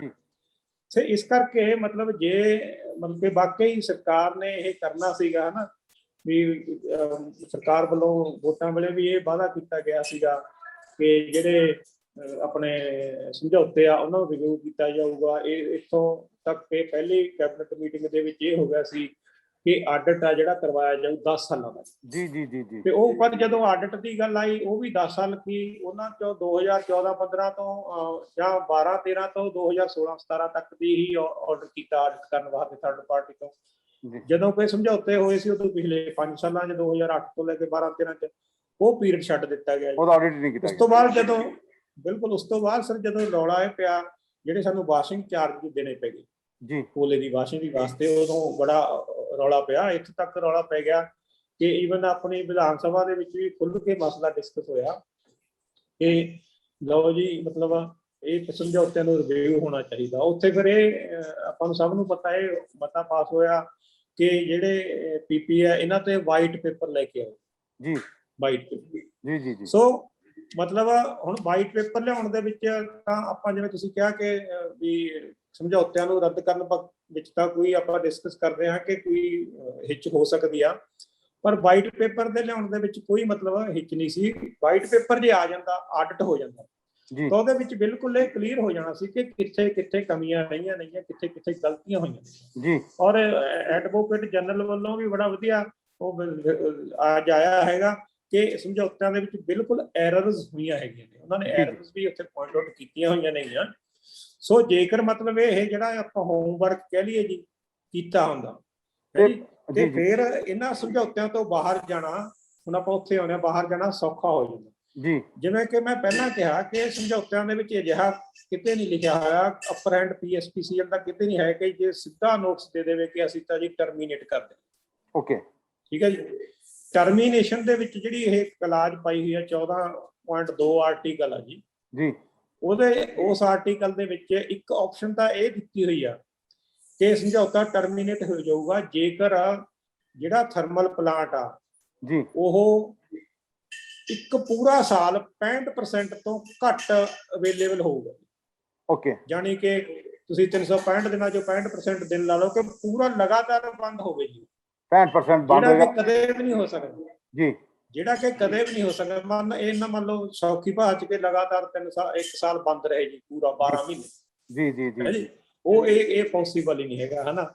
ਇੱਕ ਕਲਾਸ ਹੈਗੀ ਕੋਈ ਆਫਤ ਆ ਜਾਏ ਜੀ, ਉਹ ਕੋਈ ਆਫਤ ਆ ਜਾਏ, ਇਸ ਕਰਕੇ ਇਹ ਤਾਂ ਰੂਲ ਆਊਟ ਕਰ ਹੀ ਸਕਦੇ ਆ, ਕਿਉਂਕਿ ਆਪਾਂ ਤਾਂ ਉਹਨਾਂ ਨੂੰ ਪੈਨਲਟੀ ਵੀ ਨਹੀਂ ਲਾ ਸਕੇ, ਕਿਉਂਕਿ 65% ਤੋਂ ਜਾਂ ਜਦੋਂ ਨੀਵਾਂ ਜਾਂਦੇ ਫਿਰ ਪੈਨਲਟੀ ਲੱਗਦੀ, ਉੱਥੇ ਜਾਂਦੇ ਨਹੀਂ ਹੈਗੇ, ਮਤਲਬ ਉੱਪਰ ਰਹਿ ਜਾਂਦੇ ਹੈਗੇ। ਜੀ ਜੀ ਜੀ, ਇਸ ਕਰਕੇ ਉਹਨੂੰ ਰੂਲ ਆਊਟ ਕਰ ਸਕਦੇ ਆ ਕਿ ਉਹ ਸਮਝੌਤੇ ਜਿਹੜੀ ਗੱਲ ਹੈਗੀ ਆ ਉਹ ਉਸ ਮੁਤਾਬਕ ਆਪਾਂ ਇਹਨੂੰ ਟਰਮੀਨੇਟ ਨਹੀਂ ਕਰ ਸਕਦੇ ਜੀ। ਦੂਜੀ ਇਹਦੇ ਵਿੱਚ ਇੱਕ ਮੱਦ ਹੈਗੀ ਆ 14.2 ਆਰਟੀਕਲ ਹੈਗਾ ਜੀ, ਉਹਦੇ ਵਿੱਚ ਇਹ ਲਿਖਿਆ ਹੋਇਆ ਕਿ ਜਿਹੜਾ ਬਾਇਰ ਆ ਜਾਨੀ ਕਿ ਆਪਾਂ PSPCL ਦਾ ਜੀ, ਉਹ ਰਿਪਿਊਡੀਏਟ ਕਰ ਸਕਦਾ ਹੈ। ਇਹ ਇੱਕ ਟਰਮੀਨੇਸ਼ਨ ਹੁੰਦਾ ਜੀ, ਇੱਕ ਰਿਪਿਊਡੀਏਟ, ਉਹ ਦੋ ਸ਼ਬਦ ਨੇ। ਟਰਮੀਨੇਸ਼ਨ ਦਾ ਮਤਲਬ ਤਾਂ ਕਿ ਅਸੀਂ ਤੋੜ ਦਈਏ ਜੀ, ਹਾਂਜੀ, ਰੱਦ ਕਰਤੇ। ਰਿਪਿਊਟੇਸ਼ਨ ਦਾ ਮਤਲਬ ਇਹ ਲੀਗਲੀ ਲਿਆ ਜਾਂਦਾ ਕਿ ਕਿਸੇ ਚੀਜ਼ ਨੂੰ ਤਿਆਗ ਦੇਣਾ, ਜਾਂ ਮੈਂ ਗੁੰਨ ਬੱਟਾ ਜਿਹਾ ਬਣ ਕੇ ਮੈਂ ਇੱਥੋਂ ਨਹੀਂ ਇਹ ਕੰਮ ਚੱਲਦਾ ਹੈਗਾ, ਜੋ ਵੀ ਹੈਗਾ ਨਾ, ਵੀ ਤਿਆਗ ਦੇਣਾ ਕਿਸੇ ਚੀਜ਼। ਜੀ ਜੀ ਜੀ, ਉਹਦੇ ਵਿੱਚ ਇਹ ਪ੍ਰੋਵੀਜ਼ਨ ਹੈਗੀ ਆ। ਉਹ ਪ੍ਰੋਵੀਜ਼ਨ ਉਹ ਅਟਾਰਨੀ ਜਨਰਲ ਨੇ ਵੀ ਉਹਦੇ ਵਿੱਚ ਦੱਸਿਆ ਹੋਇਆ, ਅੱਜ ਬਿਲਕੁਲ ਆਇਆ ਹੋਇਆ ਸਪਸ਼ਟ, ਕਿ ਜੇਕਰ ਮਤਲਬ ਜਸਟੀਫਾਈਏਬਲ ਰਿਪਿਊਡੀਏਸ਼ਨ ਹੋਵੇ ਜੀ, ਜਸਟੀਫਾਈਏਬਲ ਜੀ ਜੀ, ਆਪਾਂ ਉਹ ਤੋਂ ਤਿਆਗ ਤਾਂ ਕਹਿ ਸਕਦੇ ਹਾਂ ਕਿ ਅਸੀਂ ਨਹੀਂ ਲੈਂਦੇ ਬਿਜਲੀ, ਉਹਦੀ ਜਸਟੀਫਿਕੇਸ਼ਨ ਹੋਣੀ ਚਾਹੀਦੀ ਹੈ ਕੋਈ, ਫਿਰ ਜਾ ਕੇ ਅੱਗੇ ਜਾ ਕੇ ਸਾਡਾ ਕੇਸ ਸਟਰੋਂਗ ਬਣਦਾ ਜੀ। ਤੇ ਉਹ ਜਸਟੀਫਿਕੇਸ਼ਨ ਆ ਜਿਹੜੀ, ਉਹ ਜਿਵੇਂ ਆਪਾਂ ਪਹਿਲਾਂ ਵੀ ਡਿਸਕਸ ਕਰਦੇ ਆ, PPA ਦਾ ਜੇ ਵਾਈਟ ਪੇਪਰ ਆਉਂਦਾ ਜਾਂ ਆਡਿਟ ਹੁੰਦਾ ਜਾਂ ਕੋਈ ਗਰਾਊਂਡ ਵਰਕ ਹੋਇਆ ਹੁੰਦਾ, ਉਹਦੇ ਆਧਾਰ ਤੇ ਸਰਕਾਰ ਨੇ ਕਹਿਣਾ ਸੀ ਵੀ ਤੁਹਾਡੇ ਆਹ ਕਮੀਆਂ ਨੇ ਜੀ ਸਮਝੌਤਿਆਂ ਦੇ ਵਿੱਚ, ਤੇ ਦੂਸਰੀ ਪਾਰਟੀ ਨੇ ਬਕਾਇਦਾ ਉੱਥੇ ਆਉਣਾ ਸੀਗਾ ਉਹਨਾਂ ਨਾਲ ਡਿਸਕਸ ਕਰਨ। ਈਵਨ ਮੈਂ ਤੁਹਾਨੂੰ ਯਾਦ ਆ ਗੱਲ ਕਿ PSPCL ਨੇ ਜਿਹੜੀ DVC ਦਮੋਦਰ ਵੈਲੀ ਕਾਰਪੋਰੇਸ਼ਨ ਕਰਕੇ ਉੱਥੇ ਵੀ ਸਾਡੇ ਕੁਝ ਸਮਝੌਤੇ ਹੋਇਆ, ਉਹਨਾਂ ਨਾਲ ਰੀਨੈਗੋਸ਼ੀਏਟ ਕਰਕੇ ਇੱਕ ਸਮਝੌਤੇ ਦੇ ਵਿੱਚ 2019 ਦੇ ਵਿੱਚ 20 ਪੈਸੇ ਰੇਟ ਘਟਾਇਆ ਵੀ ਆ ਜੀ। ਸੋ ਜੇ ਕਿਤੇ ਸਪੀਡ ਵਰਕ ਹੋਇਆ ਹੁੰਦਾ ਤਾਂ ਡੈਫੀਨਿਟਲੀ ਮੇਰੇ ਖਿਆਲ ਦੇ ਵਿੱਚ ਜਿਹੜੀਆਂ ਇਹ ਪ੍ਰਾਈਵੇਟ ਪਾਵਰ ਪ੍ਰੋਡਿਊਸਰ ਨੇ, ਇਹਨਾਂ ਨੇ ਰੀਨੈਗੋਸ਼ੀਏਸ਼ਨ ਟੇਬਲ ਤੇ ਹੀ ਆ ਜਾਣਾ ਸੀਗਾ। ਸੋ ਆਪਾਂ ਗੱਲ ਕਰ ਰਹੇ ਸੀ ਕਿ ਵੀ ਜਸਟੀਫਾਈਏਬਲ ਰਿਪਿਊਡੀਏਸ਼ਨ ਨਹੀਂ ਹੋਇਆ ਹੈਗਾ ਜੀ, ਪਰ ਸਰਕਾਰਾਂ ਵੱਲੋਂ ਕੋਸ਼ਿਸ਼ ਹੀ ਨਹੀਂ ਕੀਤੀ ਗਈ ਪ੍ਰਾਈਵੇਟ ਕੰਪਨੀਆਂ ਨੂੰ ਟੇਬਲ ਤੇ ਲਿਆਉਣ ਦੀ। ਮਤਲਬ ਬਿਲਕੁਲ ਹੁਣ ਐਟ ਦਾ ਫੈਗ ਐਂਡ, ਹੁਣ ਜਦੋਂ ਸਮਾਂ ਨਹੀਂ ਹੈਗਾ ਉਦੋਂ ਹੋ ਸਕਦਾ ਹੁਣ ਕੋਸ਼ਿਸ਼ ਕੀਤੀ ਜਾ ਰਹੀ ਹੋਵੇ, ਹਨਾ ਜੀ। ਆਪਾਂ ਬੜਾ, ਵੈਸੇ ਮੈਂ ਤਾਂ ਇਹ ਕਹਾਂਗਾ ਕਿ ਇਹ ਸਰਕਾਰ ਦਾ ਜੇ ਬਿਲਕੁਲ ਸੱਚੇ ਦਿਲੋਂ ਸਵਾਗਤਯੋਗ ਕਦਮ ਆ ਜੀ, ਪੰਜਾਬ ਦੇ ਲੋਕਾਂ ਵਾਸਤੇ ਵਧੀਆ ਹੋਊਗਾ, ਬਿਜਲੀ ਘਟੂਗਾ ਔਰ ਜੇ ਹੋ ਜਾਵੇ ਤਾਂ ਵਧੀਆ ਗੱਲ ਆ। ਪੁੱਲਾ ਸਾਹਿਬ, ਇੱਕ ਲੋਕ ਇਹ ਜਾਣਨਾ ਚਾਹੁੰਦੇ, ਜਿਵੇਂ ਤੁਸੀਂ ਦੱਸਿਆ ਵੀ 2 ਰੁਪਏ 86 ਪੈਸੇ ਅਸੀਂ ਬੱਤੀ ਖਰੀਦਦੇ ਸੀਗੇ, ਲੋਕਾਂ ਨੂੰ ਕੀ ਭਾਅ ਮਿਲਦੀ ਰਹੀ ਹੈ, ਤੇ ਇਹ ਮਹਿੰਗੀ ਬੱਤੀ ਪੰਜਾਬ ਵਿੱਚ ਸਭ ਤੋਂ ਜ਼ਿਆਦਾ, ਇਹ ਕਿਉਂ ਲੋਕਾਂ ਦਾ ਕੀ ਕਸੂਰ ਹੈ? ਪਰ ਇਹਦੇ ਵਿੱਚ ਦੇਖੋ, ਇਹਦੇ ਵਿੱਚ ਕਈ ਫੈਕਟਰ ਹੈਗੇ ਜੀ। ਸਭ ਤੋਂ ਪਹਿਲਾਂ ਤਾਂ ਇਹ ਹੈਗਾ ਕਿ ਸਾਡੇ ਜਿਹੜੀ ਇਲੈਕਟ੍ਰਿਸਿਟੀ ਡਿਊਟੀ ਹੁੰਦੀ ਆ ਪੰਜਾਬ ਦੇ ਵਿੱਚ ਜੀ, ਉਹ 20% ਆ ਜੀ। ਯਾਨੀ ਕਿਸੇ ਬਾਕੀ ਕਿਸੇ, ਜਿਵੇਂ ਆਮ ਤੌਰ ਤੇ ਦਿੱਲੀ ਦਾ ਕਿਹਾ ਜਾਂਦਾ ਕਿ ਦਿੱਲੀ ਬੜੇ ਘੱਟ ਰੇਟ ਨੇ ਆ ਜੀ, ਹਨਾ ਜੀ। ਉੱਥੇ ਜਿਹੜੀ ਇਲੈਕਟ੍ਰਿਸਿਟੀ ਡਿਊਟੀ ਆ ਉਹ ਸਿਰਫ ਹੈਗੀ ਆ ਜੀ 5% ਦੀ, 20% ਆ ਜੀ। ਆ ਪਿੱਛੇ ਤੁਸੀਂ ਆਪਣਾ ਬਿੱਲ ਕੈਲਕੂਲੇਟ ਕਰਕੇ ਦੇਖ ਲਓ, ਤੁਹਾਨੂੰ ਇਲੈਕਟ੍ਰਿਸਿਟੀ ਡਿਊਟੀ 1 ਰੁਪਿਆ 20 ਪੈਸੇ ਯੂਨਿਟ ਪੈ ਜਾਂਦੀ, ਰਾਈਟ। ਜੇ ਹੁਣ ਉਹ ਤੁਸੀਂ ਕਰਕੇ ਦੇਖ ਲਓ ਇੰਨੇ ਪੈਂਦੀ ਹੈ ਨਾ। ਅੱਛਾ ਜੀ। ਤੇ ਦੂਸਰਾ, ਇੱਕ ਤਾਂ ED ਆ ਸਾਡੇ ਜ਼ਿਆਦੇ ਆ ਜੀ, ਹਨਾ, ਇਸ ਕਰਕੇ ਰੇਟ ਜ਼ਿਆਦੇ ਜਿਹੜੇ ਪੈ ਰਹੇ ਆ। ਦੂਸਰਾ ਜਿਹੜਾ ਉਹੀ ਹੋ ਗਿਆ ਕਿ ਸਾਨੂੰ ਬਿਜਲੀ ਤਾਂ ਮਿਲਦੀ ਨਹੀਂ, ਹਨਾ ਜੀ, ਆਪਾਂ ਬਿਨਾਂ ਬਿਜਲੀ ਲੈ ਪੈਸੇ ਦੇ ਦਿੰਦੇ, ਉਹਦੇ ਕਰਕੇ ਪਰ ਯੂਨਿਟ ਰੇਟ ਆ ਜਿਹੜਾ ਸਾਡਾ ਉਹ ਵੱਧ ਜਾਂਦਾ। ਓਕੇ, ਜਦੋਂ ਤੁਸੀਂ ਜੇ ਐਕਚੁਅਲੀ 5700 ਕਰੋੜ ਰੁਪਏ, ਮੈਂ ਤੁਹਾਨੂੰ ਇੱਕ ਗੱਲ ਸਮਝਾਉਣਾ ਜੀ, ਜਿਵੇਂ ਕਿ ਐਵਰੇਜ ਫਰਕ ਕਰੋ, ਸਾਨੂੰ ਅਸੀਂ ਪ੍ਰਾਈਵੇਟ ਥਰਮਲ ਜਿਹੜਾ ਸਾਡਾ ਕੋਈ ਵੀ ਆ ਉਹ ਤੋਂ 4 ਰੁਪਏ ਲੈਣੇ ਆ ਜੀ। ਪਰ ਜਦੋਂ ਉਹ 4 ਰੁਪਏ ਯੂਨਿਟ ਤਾਂ ਉਹ ਬਣ ਗਿਆ ਜਿੰਨੀਆਂ ਯੂਨਿਟਾਂ ਦਿੱਤੀਆਂ ਤੇ ਜਿੰਨੇ ਪੈਸੇ ਦਿੱਤੇ ਜੀ, ਜਿੰਨੀ ਅਸੀਂ ਬਿਜਲੀ ਲੈ ਨਹੀਂ ਸਕੇ ਉਹਦੇ ਕੋਲ ਉਹਦੇ ਪੈਸੇ ਸਾਨੂੰ ਫੇਰ ਦੇਣੇ ਪੈਂਦੇ ਆ। ਉਹ ਜਦੋਂ ਵਿੱਚ ਪਾ ਲੈਣਾ ਯੂਨਿਟਾਂ ਘਟ ਜਾਂਦੀਆਂ, ਰਕਮ ਵੱਧ ਜਾਂਦੀ ਹੈ। ਇਸ ਕਰਕੇ ਹੁਣ ਸਾਨੂੰ ਐਵਰੇਜ ਪੈ ਰਹੀ ਹੈ 5.5 ਰੁਪਏ। 5.5 ਇਸ ਕਰਕੇ ਉਹ ਸਾਡਾ ਰੇਟ ਵੱਧ ਗਿਆ ਜੀ ਦੂਜਾ। ਠੀਕ ਹੈ ਜੀ। ਤੇ ਦੂਸਰਾ ਸਾਡੇ ਕੋਲ ਰਿਪੀਟ ਕਰ ਰਿਹਾ ਆਪਣਾ ਸਵਾਲ ਜੀ, ਜਿਹੜਾ 2 ਰੁਪਏ 86 ਪੈਸੇ ਖਰੀਦਣਾ ਸੀ ਉਹ ਸਾਨੂੰ 5.5 ਰੁਪਏ ਪੈ ਰਹੀ ਹੈ, ਕਿਉਂਕਿ ਇਹ ਗਲਤ ਸਮਝੌਤਿਆਂ ਕਰਕੇ। ਨਹੀਂ ਉਹ ਦੋਨੇ ਚੀਜ਼ਾਂ ਕਨਫਿਊਜ਼। 2 ਰੁਪਏ 86 ਪੈਸੇ ਤੋਂ ਰੇਟ ਤਾਂ ਵੱਧ ਗਿਆ ਕਿਉਂਕਿ ਜਿਹੜੀਆਂ ਉਸ ਵੇਲੇ ਐਗਜ਼ੈਂਪਸ਼ਨ ਕੀਤੀਆਂ ਉਹ ਸਹੀ ਨਹੀਂ ਉਤਰੀਆਂ। ਜਿਵੇਂ ਕੋਲਾ ਮਹਿੰਗਾ, ਦੂਰ ਟਰਾਂਸਪੋਰਟੇਸ਼ਨ ਮਹਿੰਗੀ, ਕੋਲੇ ਦਾ ਭਾੜਾ ਜ਼ਿਆਦਾ ਹੋ ਗਿਆ ਜਿੰਨਾ ਮੰਨਿਆ ਸੀ ਉਹਦੇ ਨਾਲੋਂ, ਕੋਲੇ ਦਾ ਰੇਟ ਜਿੰਨਾ ਮੰਨਿਆ ਸੀ ਉਹ ਜ਼ਿਆਦਾ ਹੋ ਗਿਆ। ਕੋਲੇ ਦੀ ਸਭ ਤੋਂ ਵੱਡੀ ਗੱਲ ਜਿਹੜੀ ਕਿ ਉਹਦੀ ਕਲੋਰੀਫਿਕ ਵੈਲਿਊ ਹੁੰਦੀ ਹੈਗੀ, GCV ਕਹਿੰਦੇ ਆ ਅਸੀਂ, ਜਿਹਨੂੰ ਆਪਾਂ ਆਮ ਭਾਸ਼ਾ ਚ ਕੋਲੇ ਦਾ ਤਾਗ ਕਹਿ ਲਓ, ਉਹ 4500 ਕਿਲੋ ਕੈਲੋਰੀ ਮੰਨਿਆ ਗਿਆ, ਮਿਲ ਰਿਹਾ ਸਾਨੂੰ 3200 ਦਾ ਜੀ। ਇਹਦੇ ਨਾਲ ਬਹੁਤ ਜ਼ਿਆਦਾ ਯੂਨਿਟ ਦਾ ਰੇਟ ਵੱਧ ਜਾਂਦਾ ਹੈ। ਓਕੇ। ਤੇ ਉਸੇ ਤਰ੍ਹਾਂ ਸਵਾਹ ਜਿਹੜੀ ਉਹ 33% ਆ ਰਹੀ ਹੈ ਸਾਡੇ ਕੋਲ, ਹੈ ਜੀ। ਓਕੇ। ਤੇ ਉਸ ਕਰਕੇ ਤੇ ਜ਼ਿਆਦਾ ਕਪੈਸਿਟੀ ਕਰਕੇ ਸਾਡਾ ਰੇਟ 286 ਤੋਂ ਕਿਤੇ ਉੱਤੇ ਚਲਾ ਗਿਆ। 286 ਤਾਂ ਇੱਕ ਐਗਜ਼ੈਂਪਸ਼ਨ ਸੀ, ਮਤਲਬ ਤੁਹਾਨੂੰ ਜਿਵੇਂ ਪਹਿਲਾਂ ਦੱਸ ਚੁੱਕਿਆ ਮੈਂ। ਓਕੇ। ਤੇ ਇਹ ਰੇਟ ਵੱਧ ਗਿਆ। ਇੱਕ ਉਹ ਕਪੈਸਿਟੀ ਵਧਣ ਕਰਕੇ ਮੁਫਤ ਬਿਜਲੀ ਵਾਲੇ ਪੈਸੇ ਦੇ ਕੇ ਇਹ ਦੋਨੇ ਚੀਜ਼ਾਂ ਮੇਨ ਫੈਕਟਰ ਹੈਗੀਆਂ ਜਿਹੜੀ ਸਾਨੂੰ ਪਰ ਯੂਨਿਟ ਰੇਟ ਖਪਤਕਾਰ ਨੂੰ ਜ਼ਿਆਦਾ ਪੈ ਰਿਹਾ ਜੀ। ਦੂਸਰੀ ਗੱਲ, ਇੱਕ ਜਿਹੜੀ ਬਿਜਲੀ ਚੋਰੀ ਹੋ ਰਹੀ ਹੈ ਜੀ, ਉਹ ਮਤਲਬ ਬਾਰਡਰ ਏਰੀਆ 'ਚ ਤਾਂ 70% ਮਤਲਬ ਸਾਨੂੰ ਕਈ ਡਿਵੀਜ਼ਨਾਂ 'ਚ ਹੈਗੀਆਂ 70% ਲਾਈਨ ਲਾਸ ਜਿੰਨੇ, ਉਹਦੇ ਵਿੱਚ ਅਸਲ ਲਾਈਨ ਲਾਸ ਤਾਂ 10% ਹੁੰਦਾ, ਬਾਕੀ ਬਿਜਲੀ ਚੋਰੀ ਹੁੰਦੀ ਹੈ। ਉਹ ਬਿਜਲੀ ਚੋਰੀ ਜਦੋਂ ਹੋ ਜਾਂਦੀ ਹੈ ਜੀ, ਉਹਦਾ ਬੋਝ ਵੀ ਫਿਰ ਟੋਟਲ ਅਲਟੀਮੇਟਲੀ ਪਰ ਯੂਨਿਟ ਰੇਟ ਤੇ ਹੀ ਪੈਣਾ ਜੀ, ਪਰ ਯੂਨਿਟ ਰੇਟ ਤੇ ਹੀ ਪੈਣਾ ਨਾ ਜੀ। ਰੈਵਨਿਊ ਤਾਂ ਆਇਆ ਨਹੀਂ, ਬਿਜਲੀ ਚੱਲੀ ਗਈ ਜੀ। ਉਹ ਹੋ ਗਿਆ ਜੀ। ਸੋ ਇਹ ਮੇਨ ਫੈਕਟਰ ਇਹ ਹੈਗੇ ਆ ਜੀ। ਸਰ ਦੇਖੋ ਕਰਕੇ ਸਾਨੂੰ ਦੋ ਚੀਜ਼ਾਂ, ਇੱਕ ਤਾਂ ਸਰ ਬਿਜਲੀ ਚੋਰੀ, ਬਾਕੀ ਮੈਂ ਤੁਹਾਨੂੰ ਇਹ ਵੀ ਦੱਸ ਦੇਵਾਂ ਜੀ, ਮੈਂ ਦੱਸ ਦੇਵਾਂ, ਆਪਾਂ ਯੂਨਿਟ ਰੇਟ ਦੀ ਗੱਲ ਕਰ ਰਹੇ ਹਾਂ। ਇਹ ਤਾਂ ਜਿਹੜਾ ਸਾਨੂੰ ਜਿਹੜਾ ਕਹਿੰਦੇ ਆ ਕਿ ਇਹਨਾਂ ਚ ਸੇਕ ਜਿਹੜਾ ਲੱਗ ਰਿਹਾ ਹੈਗਾ ਬਿਜਲੀ ਮਹਿੰਗੀ ਦਾ, ਉਹ ਘਰੇਲੂ ਖਪਤਕਾਰਾਂ ਨੂੰ ਲੱਗ ਰਿਹਾ ਜੀ, ਜਾਂ ਕਮਰਸ਼ੀਅਲ ਨੂੰ ਕਹਿ ਲਓ ਥੋੜਾ ਬਹੁਤਾ ਲੱਗ ਰਿਹਾ। ਸਾਡਾ ਜਿਹੜਾ ਪਰ ਯੂਨਿਟ ਰੇਟ ਹੈ ਨਾ ਜੀ, ਉਹ ਵੈਸੇ ਕਈ ਸਟੇਟ ਨਾਲੋਂ ਘੱਟ ਆ। 7 ਰੁਪਏ 6 ਰੁਪਏ 410 ਪੈਸੇ, ਕੋਈ 6.42 ਪੈਸੇ ਪਰ ਯੂਨਿਟ ਸੀਗਾ ਜੀ ਸਾਡਾ ਰੇਟ। ਜਦੋਂ ਕਿ ਜਿਹੜੇ ਸਰ ਮੈਂ ਦੱਸਣ ਜਾ ਰਿਹਾ ਸੀ ਕਿ ਘਰੇਲੂ ਖਪਤਕਾਰਾਂ ਨੂੰ ਇਹਦਾ ਸੇਕ ਲੱਗ ਰਿਹਾ। ਜਿਹੜੀ ਇੰਡਸਟਰੀ ਆ ਉਹਨੂੰ ਬਿਜਲੀ ਬਾਕੀ ਸੂਬਿਆਂ ਦੇ ਕੰਪੈਰੀਟਿਵਲੀ ਜੋ ਕੋਈ ਮਰਜ਼ੀ ਕਹੀ ਜਾਏ ਸਸਤੀ ਮਿਲ ਰਹੀ ਹੈ ਜੀ। ਨਹੀਂ ਸਰ, ਪਰ ਯੂਪੀ ਦੇ ਵਿੱਚ ਸਰ 8 ਰੁਪਏ 9 ਰੁਪਏ ਦੇ ਆਸ-ਪਾਸ ਪੈ ਰਹੀ ਹੈ ਜੀ। ਛੋਟੀ ਇੰਡਸਟਰੀ ਨੂੰ 11 ਰੁਪਏ ਪੈ ਰਹੀ ਆ। ਸਾਡੇ ਕੋਲੇ ਸਾਰੀ ਵੱਧ ਤੋਂ ਵੱਧ 7 ਰੁਪਏ 20 ਪੈਸੇ ਆ ਜੀ। ਰਾਤ ਨੂੰ ਤਾਂ ਜੇ ਵਰਤਦਾ ਕੋਈ 5 ਰੁਪਏ ਹੈ ਜੀ। ਮੇਰੇ ਕੋਲ ਭੁੱਲਰ ਸਾਹਿਬ, ਮੇਰੇ ਕੋਲ ਇੱਕ ਆંકੜੇ ਹੈ ਜਿਹਦੇ ਵਿੱਚ ਕਿਹਾ ਪੰਜਾਬ ਅਸੀਂ ਖਰੀਦਦੇ ਹਾਂ 4 ਰੁਪਏ 54 ਪੈਸੇ ਪ੍ਰਤੀ ਯੂਨਿਟ ਦੇ ਹਿਸਾਬ ਨਾਲ ਬਿਜਲੀ ਖਰੀਦਦੇ ਹਾਂ। ਜਿਹੜੀ ਨੈਸ਼ਨਲ ਜਿਹੜੀ ਹੈ ਇਹਦੀ ਆਉਂਦੀ ਹੈ ਔਸਤ ਕਹਿੰਦੇ ਆ 3 ਰੁਪਏ 85 ਪੈਸੇ ਪ੍ਰਤੀ ਯੂਨਿਟ ਹੈ, ਔਰ ਚੰਡੀਗੜ੍ਹ ਜਿਹੜਾ ਉਹ 3 ਰੁਪਏ 44 ਪੈਸੇ ਪ੍ਰਤੀ ਯੂਨਿਟ ਦੇ ਹਿਸਾਬ ਨਾਲ ਬਿਜਲੀ ਖਰੀਦਦੇ ਆ, ਜੋ ਮੇਰੇ ਕੋਲ ਆંકੜੇ ਹੈ। ਤੇ ਕਿਆ ਇਸ ਤੋਂ ਬਾਅਦ ਹੁਣ ਸਰ ਜਿਹੜੀ ਆਪਾਂ ਕਰਕਸ ਤੇ ਆਣਾ ਹੈ ਵੀ ਹੁਣ ਇੱਕ ਤਾਂ ਜਿਹੜੀ ਗੱਲ ਚੱਲ ਰਹੀ ਹੈ ਵੀ ਸਮਝੌਤੇ ਰੱਦ ਇਹਨਾਂ 4 ਸਾਲਾਂ 'ਚ ਕਿਆ ਸਰਕਾਰ ਕਰ ਸਕਦੀ, ਕਿਉਂਕਿ 2 ਮਹੀਨੇ ਫਿਰ 6 ਮਹੀਨੇ ਆਲਮੋਸਟ ਹੋ ਰਹਿ ਗਏ ਨੇ। 2 ਮਹੀਨੇ ਪਹਿਲੇ ਕੋਡ ਆਫ ਕੰਡਕਟ ਲੱਗ ਜਾਂਦਾ ਹੈ। ਕਿਆ ਇਹ 4 ਮਹੀਨਿਆਂ ਵਿੱਚ ਲੋਕਾਂ ਨੂੰ ਉਲਝਾ ਦਿੱਤਾ ਜਾਏਗਾ ਕਿਆ, ਜਾਂ ਲੋਕਾਂ ਨੂੰ ਕੁਝ ਫਾਇਦਾ ਮਿਲੇਗਾ? ਦੇਖੋ ਜੀ, ਇਹਦੇ ਵਿੱਚ ਮੈਂ ਜੋ ਤੁਹਾਨੂੰ ਦੱਸਣਾ ਚਾਹੁੰਦਾ ਗੱਲ, ਜੋ ਅਸਲ ਗੱਲ ਹੈਗੀ ਆ ਉਹ ਇਹ ਆ ਕਿ ਜੇ ਸ਼ੁਰੂ ਤੋਂ ਹੀ ਬਿਲਕੁਲ ਇੱਕ ਆਪਾਂ ਕਹਿੰਦੇ ਨਾ ਜੀ ਹੋਨੈਸਟੀ ਇਜ਼ ਦਾ ਬੈਸਟ ਪਾਲਿਸੀ, ਹੈ ਨਾ, ਵੀ ਚਾਹੇ ਤਾਂ ਨਿੱਜੀ ਕੋਈ ਕਾਰੋਬਾਰ ਹੋਵੇ, ਚਾਹੇ ਸਰਕਾਰੀ ਹੋਵੇ, ਚਾਹੇ ਥਰਮਲ ਪ੍ਰਾਈਵੇਟ ਹੋਵੇ, ਜੋ ਵੀ ਹੋਣ ਜੀ, ਜਿਹਦੇ ਵਿੱਚ ਹੋਨੈਸਟੀ ਆ ਤਾਂ ਉਹਦੇ ਨਾਲ ਵਧੀਆ ਨਤੀਜੇ ਆਉਂਦੇ ਹੁੰਦੇ। ਹੁਣ ਹੋਇਆ ਇਹ ਮਤਲਬ ਕਿ ਬਿਲਕੁਲ ਦੇਖੋ ਸਮਝੌਤੇ ਨਾ, ਜਿਵੇਂ ਪਹਿਲਾਂ ਡਿਸਕਸ ਕੀਤਾ ਕਿ ਉਹਦੇ ਵਿੱਚ ਰੱਦ ਕਰਨ ਦੇ ਵਿੱਚ ਕੋਈ ਬਹੁਤੀ ਆਪਾਂ ਨੂੰ ਕੋਈ ਖਿਆਲ ਨਹੀਂ ਰਿਹਾ ਹੈਗਾ, ਹੈ ਜੀ।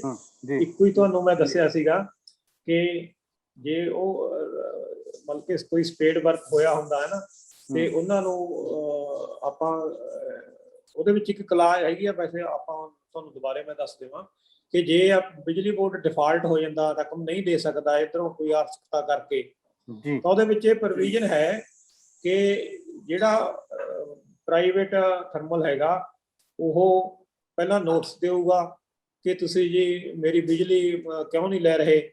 ਜੇ ਇਹਦਾ ਕੋਈ ਰਿਸਪੌਂਸ ਨਹੀਂ ਦਿੰਦਾ PSPCL ਹੈ ਜੀ, ਤਾਂ ਉਹ ਆਪਣੀ ਬਿਜਲੀ ਕਿਤੇ ਵੀ ਮਰਜ਼ੀ ਵੇਚ ਸਕਦਾ। ਮੈਂ ਮੋਟੇ ਤੌਰ ਤੇ ਤੁਹਾਨੂੰ ਦੱਸਾਂ ਕਿ ਬਾਹਰ ਕਿਤੇ ਵੇਚ ਸਕਦਾਗਾ।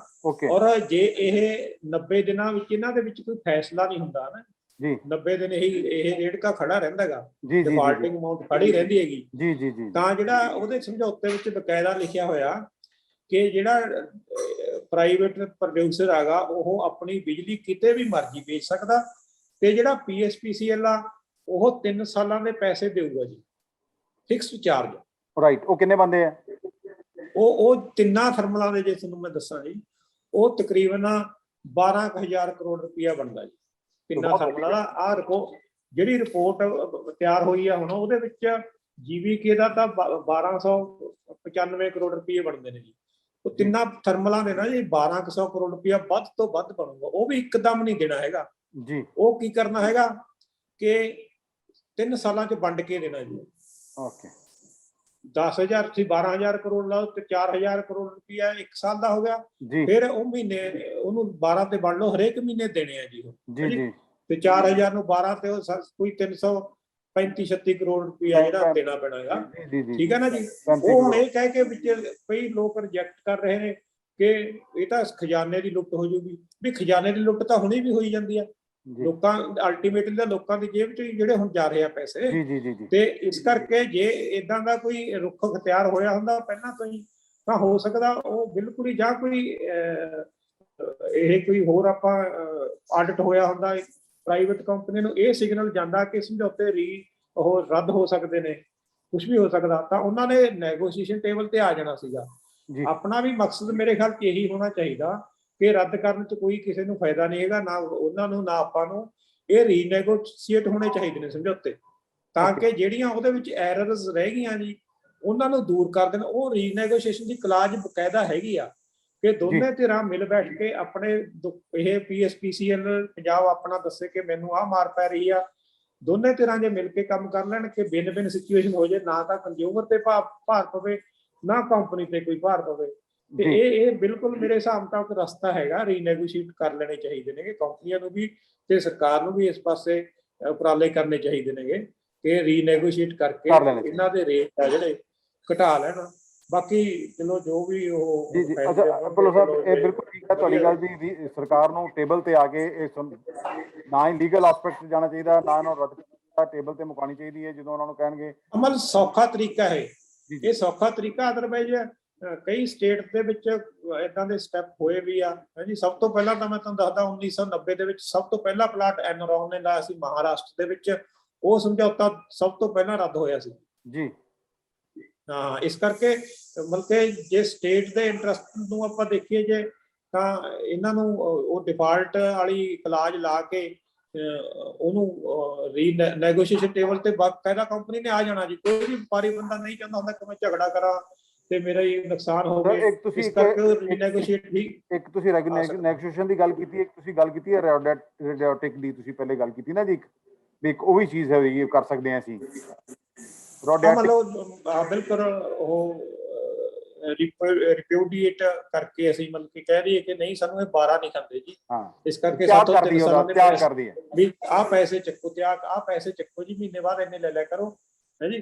ਤੇ ਅਸੀਂ ਬਿਜਲੀ ਬਾਹਰੋਂ ਬਹੁਤ ਮਿਲ ਰਹੀ ਹੈ ਜੀ। ਬਾਹਰੋਂ ਤੁਹਾਨੂੰ ਮੈਂ ਦੱਸਾਂ ਜੀ ਬਿਜਲੀ ਮੇਰੀ ਇੱਕ ਗੱਲ, ਬਾਹਰੋਂ ਬਿਜਲੀ ਬਹੁਤ ਮਿਲ ਰਹੀ ਆ। ਤੁਸੀਂ ਪਿੱਛੇ ਜੇ ਅੱਜ ਤੋਂ 15-20 ਦਿਨ ਪਹਿਲਾਂ ਆਪਣੇ ਜਿਹੜੇ ਪਾਵਰ ਮਿਨਿਸਟਰ ਨੇ ਸੈਂਟਰ ਨੇ ਉਹਨਾਂ ਨੇ ਬਿਆਨ ਦਿੱਤਾ ਸੀਗਾ ਬਿਲਕੁਲ ਸਹੀ ਕਿ ਜਦੋਂ ਆਪਣੀ ਪੰਜਾਬ ਦੀ ਸਮੱਸਿਆ ਚੱਲ ਰਹੀ ਸੀ ਨਾ ਜੀ, ਉਹਨਾਂ ਨੇ ਕਿਹਾ ਸੀ ਕਿ ਪੰਜਾਬ ਸਾਥੋਂ ਜੇ ਕਹੂਗਾ ਐਕਸ ਬਿਜਲੀ ਦਿਓ ਤਾਂ ਅਸੀਂ ਦੇਵਾਂਗੇ। ਉਹਨਾਂ ਦਾ ਮਤਲਬ ਕਹਿੰਦੇ ਸੀ ਕਿ ਜਿੰਨੀ ਮਰਜ਼ੀ ਬਿਜਲੀ ਮੰਗ ਲੈ ਜੀ ਅਸੀਂ ਉਨੀ ਦੇਵਾਂਗੇ ਜੀ।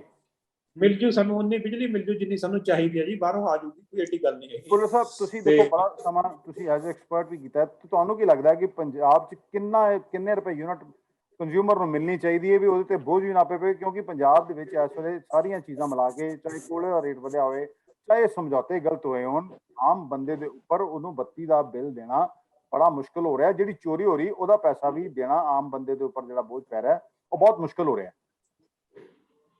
ਦੇਖੋ ਜੀ, ਇਹਨੂੰ ਆਪਾਂ ਹੁਣ ਨਾ ਜੀ ਜੇ ਪ੍ਰੈਜ਼ੈਂਟ ਸਿਨਾਰੀਓ ਆ ਉਹਦੇ ਵਿੱਚ ਵੀ ਆਪਾਂ ਇਹਦੇ ਬਾਰੇ, ਕਿਉਂਕਿ ਬੜੇ ਫੈਕਟਰ ਨੇ ਹੁਣ ਜਿਹੜਾ ਰੈਗੂਲੇਟਰ ਆ ਉਹਨੇ ਜਿਹੜੀ ਐਵਰੇਜ ਕਾਸਟ ਆਫ ਸਪਲਾਈ ਕੱਢੀ ਹੈ ਜੀ ਉਹ 6 ਰੁਪਏ 42 ਪੈਸੇ ਕੱਢੀ ਹੈ ਜੀ, ਠੀਕ ਹੈ ਜੀ।